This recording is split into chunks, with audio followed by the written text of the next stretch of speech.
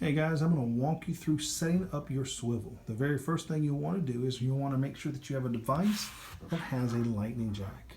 Once you ensure that your device has a lightning jack, you'll then come over to your Swivl, and on the back of the Swivl here is a marker.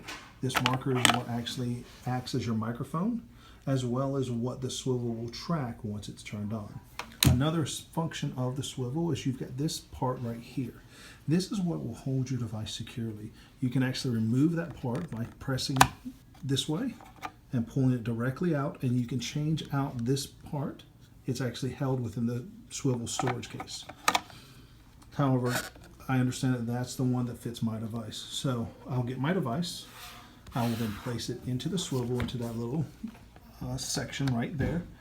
I prefer actually to set the device, my iPad, in the opposite direction. If I record this way, the image will then display on the screen, which is a large distraction to my students.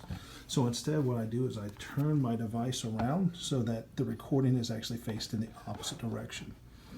From this point, I'll go ahead and turn on my Swivl by pressing the power button. I have to hold it a few seconds for it to light up.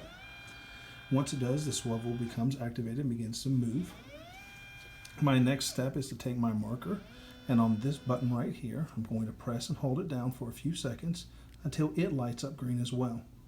What I'll notice is that the Swivl then will light up green, showing that it follows my marker.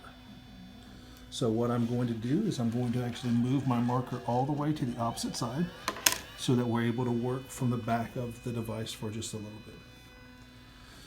So the next part is to grab my lightning jack and to plug it in to my device. I apologize, it's difficult to do with just one hand.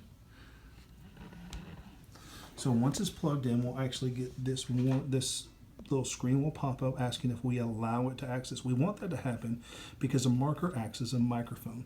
So I'll click allow. This will immediately open up the Swivl app. I don't personally use the Swivl app. If you do, you can hit record and begin moving from there. Instead, I'm going to go ahead and hit my home button. I instead use the Live Now app. I'll click Live Now. And then to begin my recording, all I have to do is press the record button. And then we begin to live stream directly to YouTube. And that's all there is to it. My marker acts as both my microphone, and the Swivl will track to follow it. And that's the steps to setting up your Swivl.